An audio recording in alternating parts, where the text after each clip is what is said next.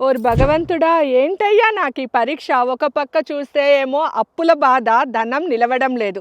రెండవ పక్క చూస్తే ఏమో అనారోగ్యం, ఆరోగ్యంగా లేకుండా ఉండాను. మూడవదేంటంటే నాకు నా భార్యకి లేదా నాకు నా భర్తకి మధ్య సఖ్యత లేదు. ఏంటి నాకీ జీవితం?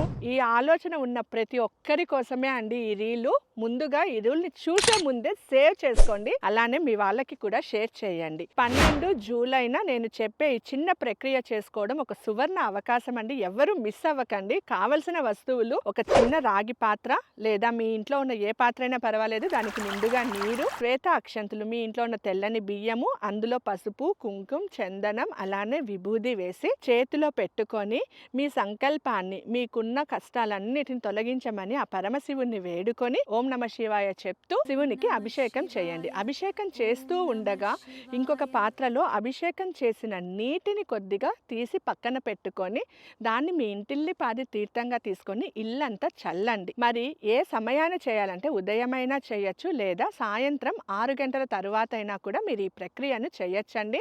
ఈ అవకాశాన్ని మిస్ అవ్వకండి. ఇదే నక్షత్రంతో మీకు మళ్ళీ రోజు రాదు కాబట్టే ఇంత స్పెసిఫిక్గా చెప్తున్నాను. ఆ శివుని యొక్క కృపతో మీ అందరూ కష్టాల నుంచి బయటపడాలని కోరుకుంటున్నాను.